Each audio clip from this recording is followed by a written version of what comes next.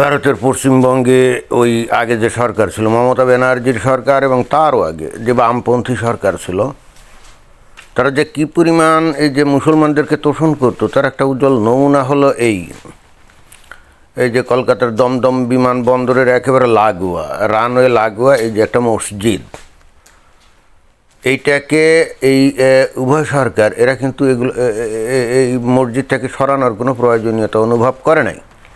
হয়তো প্রয়োজনীয়তা অনুভব করছে, কিন্তু সরাতে গেলে মুসলমান সেন্টিমেন্টে আঘাত লাগবে এবং তাহলে তাদের ভোট ব্যাংক নষ্ট হয়ে যাবে, এই ভয়ে তারা কিন্তু এই কাজগুলো করেনি। এবং তাতে করে এই দমদম বিমানবন্দরের নিরাপত্তা গোল্লা যাক, এতে কিন্তু তাদের কোনো সমস্যা না।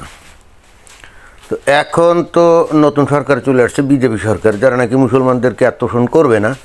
আর তারা তো পরিষ্কার বলেও যে মুসলমানরা আমাদেরকে ভোট দেয় না, অর্থাৎ তাদের স্বার্থ রক্ষা করা এটা তাদের জন্য ম্যান্ডেটরি না। অন্যান্য নাগরিকরা যে সুযোগ সুবিধা পাবে তারাও সমানভাবে ওই একই সুযোগ সুবিধা পাবে, কোনো স্পেশাল প্রিভিলেজ তারা পাবে না।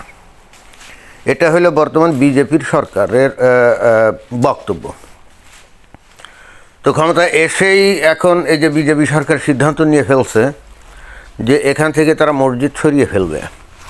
এবং এখানে যে ছবিতে দেখা যাচ্ছে একেবারে রানওয়ে সংলগ্ন জায়গায় এই যে মসজিদ, তো এরকম একটা অবকাঠামো তো পৃথিবীর কোনো জায়গায় থাকে না, কোনো এয়ারপোর্টে থাকে না।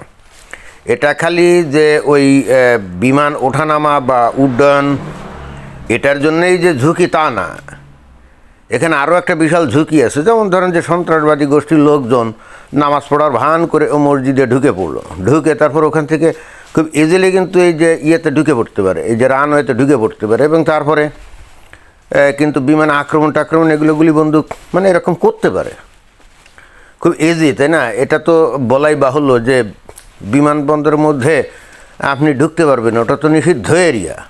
যদি ঢুকতেই হয় তাহলে কি করতে হবে, একেবারে বন্দরের যে মেইন সিকিউরিটি এন্ট্রেন্স আছে সেখান দিয়ে চেক টেক হয়ে আনুষ্ঠানিকভাবে যেতে হবে, কিন্তু অন্য কোনোভাবে তো বিমানবন্দরের মধ্যে ঢোকা যাবে না, এটাই তো নিয়ম। কিন্তু এই দমদম বিমানবন্দরের এই মসজিদটা দীর্ঘদিন ধরে এখানে আছে। এখন মুসলমানরা অখুশি হবে এই ভেবে দরকারে ওই বিমানবন্দর অচল হোক বা বিমানবন্দরের নিরাপত্তা বিঘ্নিত হোক, এতে কোনো কিছু যায় হয় না। শুধুমাত্র মুসলমানদের ধর্মীয় সেন্টিমেন্টকে আঘাত করা যাবে না। আর খেয়াল করে দেখেন, মুসলমানরাও কিন্তু এই সুযোগটাকে একেবারে ব্যাপকভাবে ব্যবহার করেছে, তাই না? অর্থাৎ তারা কিন্তু তাদের শক্তিমত্তা দেখিয়েছে, যে দেখেন ভারত একটা হিন্দু অধ্যুষিত দেশ, তাই না? এখানে মুসলিমরা হলো সংখ্যালঘু, কিন্তু হলে কি হবে, তারা যে এতদিন ধরে এই যে যুগের পর যুগ ধরে এই যে শক্তিমত্তাটা দেখিয়েছে, এর জন্যে তারা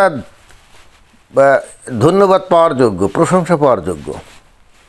পৃথিবীর কোনো মুসলিম দেশেও কি মুসলমানরা এই কাজটা করতে পারতো? ধরেন যে বাংলাদেশের যে ঢাকা বিমানবন্দর, এখানে যদি সম্প্রসারণ করতে হয় এবং সেই সম্প্রসারণের সামনে যদি একটা মসজিদ পড়ে, তো বাংলাদেশ সরকার তো মসজিদ ভেঙে দিয়ে তারপরে সম্প্রসারণ করবে। খোদ মুসলিম দেশেই কিন্তু এই কাজটা করবে। কিন্তু ভারতের এই পশ্চিমবঙ্গের সরকার কিন্তু এই সাহস কোনো দিনও পায়নি। কী পরিমাণ এরা এই মুসলমানদের কাছে নতজানু ছিল, এবং এই নতজানু হয়ে ফায়দাটা কি হয়েছে? ফায়দা কিন্তু কিছু হয়নি। শুধুমাত্র একটা গোষ্ঠীকে সন্তুষ্ট রাখার জন্য এবং তাদের ভোট ব্যাংককে ব্যবহার করার জন্যে গোটা পশ্চিমবঙ্গের অর্থনীতি, ব্যবসা বাণিজ্য লাঠে উঠুক, তাতেও তাদের কিন্তু কিছু যায় আসে না। এবং সেভাবেই বস্তুত এই যুগের পর যুগ চলে আসছে, তাই না? আমার তো মনে হয় যে এই ভারতে যতগুলো রাজ্য আছে, কত 29টা মনে হয়, তো তার মধ্যে অন্যতম মানে বেকার সমৃদ্ধ রাজ্য কিন্তু এই যে পশ্চিমবঙ্গ। কারণ এখানে যুগের পর যুগ ধরে যারা ক্ষমতায় ছিল তারা বাইরে থেকে, এমনকি খোদ ভারতের মধ্যেকার যে শিল্প গোষ্ঠী আছে তাদেরকেও ডেকে এনে এই পশ্চিমবঙ্গে কিন্তু বিনিয়োগ করতে পারেনি, বিনিয়োগ করাতে পারে না। আর যখনই বিনিয়োগ হয় না তখন তো সেখানে কি হয়, বেকারত্ব বাড়ে, তাই না? এবং এই জন্যে পশ্চিমবঙ্গের একটা বিশাল যুব সম্প্রদায় তারা কিন্তু অন্যান্য বিভিন্ন রাজ্যে গিয়ে, ওই যে বিজেপি শাসিত রাজ্যে গিয়ে কাজকাম করে। তো এইবার দেখলাম এই বাইরে থাকা কিছু কিছু ছেলেপেলে তারা বলল, এটা কোন ধরনের কথা, আমরা আমাদের নিজ রাজ্যে আমরা বিজেপিকে প্রত্যাখ্যান করব, আবার জীবন জীবিকার জন্যে আমরা বিজেপি শাসিত রাজ্যে চলে আসবো এবং বিজেপি আমাদেরকে খাওয়াবে পরাবে, এটা তো হতে পারে না। তো ভালো কথা, আমরা বাড়ি থেকে আসতে চাই না, আমরা বাড়ি থেকেই কাজকাম করতে চাই। তো সেই হেতু আমরা বিজেপিকেই নিয়ে এই পশ্চিমবঙ্গে বসাবো, যাতে তারা আমাদের কাজের ব্যবস্থা করে।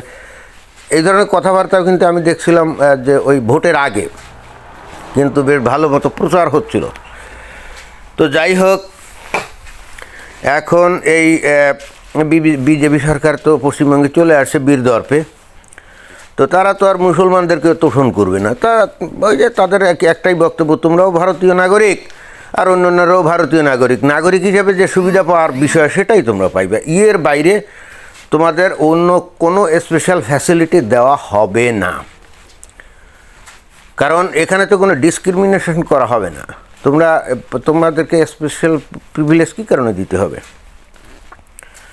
তো পশ্চিমবঙ্গের এই বিজেপি সরকার এখন সিদ্ধান্ত নিয়েছে যে এখানকার এই মসজিদটাকে এখানে করতে হবে, ভেঙে ফেলতে হবে এবং অন্য একটা জায়গা খোঁজাখুঁজি শুরু করেছে, যার পরিবর্তে অন্য একটা মসজিদ তৈরি করে দেওয়া যায় কিনা। হয়তো এটা একটা ভালো উদ্যোগ।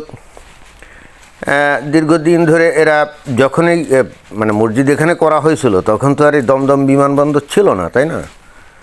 দমদম বিমানবন্দর হয়েছে তো আর অনেক পরে, নাকি বিমানবন্দর হওয়ার পরে মসজিদ হয়েছে, আমি আসলে ইতিহাসটা জানি না। বাট তারপরও এটা তো কি খুব অড লুকিং লাগে না? বাংলাদেশ হলে কী হতো, পাকিস্তান হলে কী হতো, এই মসজিদ রাখতো। তো যেখানে খোদ পাকিস্তান বা বাংলাদেশের মতো দেশে মুসলমানরা এই মসজিদ ভাঙতে 1 সেকেন্ড দেরি করতো না, সেখানে এই ভারতের এই হিন্দুরা কত মানে ভীতু কাপুরুষ, কত মানে দরকারে নিজেদের গোল্লায় যাক, তবুও ক্ষমতায় থাকতে গেলে এমন একটা সম্প্রদায়কে সন্তুষ্ট রাখতে হবে যারা দেশের কোনো কাজে আসবে না, বরং দেশকে ধ্বংস করার পায়তারা করবে, তাই না? তো এটা তো আসলে কী নির্দেশ করে? এবং এই সমস্যা বিমানবন্দরের ক্ষেত্রে বাংলাদেশে যদি এরকম মসজিদ থাকতো তো ভাঙতো, but at the same time বাংলাদেশেও এই সমস্যা আছে। এমন অনেক রাস্তা আছে যে রাস্তা সম্প্রসারণ করতে গেলে মসজিদ ভাঙতে হয়, সেখানে কিন্তু ভাঙতে পারেনি। অর্থাৎ এই যে ধর্মীয় যে উন্মাদনা বা ধর্মীয় যে অনুভূতি, এইটা একটা দেশের অর্থনৈতিক এবং সামাজিক অগ্রগতির জন্য কী ভয়ঙ্কর রকম প্রতিবন্ধকতা, তার একটা বড় উজ্জ্বল নমুনা কিন্তু এই এবং বাংলাদেশেও আমি নিজে দেখছি যে রাস্তা সম্প্রসারণ করতে হবে। আগে যখন লোকজন কম ছিল, রাস্তার যে প্রশস্ততা একটু কম ছিল, লোকজন বেড়ে গেছে, রাস্তা একটু বাড়াতে হবে না, মসজিদ ভাঙতে হবে, এই জন্য সেই রাস্তা কিন্তু চওড়া করা যাচ্ছে না। তো চিন্তা করে দেখছেন যে মসজিদ ওখান থেকে ভেঙে সরিয়ে অন্য জায়গায় নিলে মানুষজন স্বচ্ছন্দে চলাচল করতে পারতো, যেটা নাকি দেশ ও জাতির সমৃদ্ধির কারণ হতে পারতো না। সমৃদ্ধির গোষ্ঠী মারি মসজিদ থাকবে তার যে জায়গা মতো, ওটাকে সরানো যাবে না। এতে করে আল্লাহ খুশি হয়ে যদি এদের সমৃদ্ধশালী করত, সেটাতেও না হলে শান্তি পাওয়া যেত, তাই না? তো আল্লাহ তো দেখা যায় নির্বিকার, তাই না? ধন্যবাদ।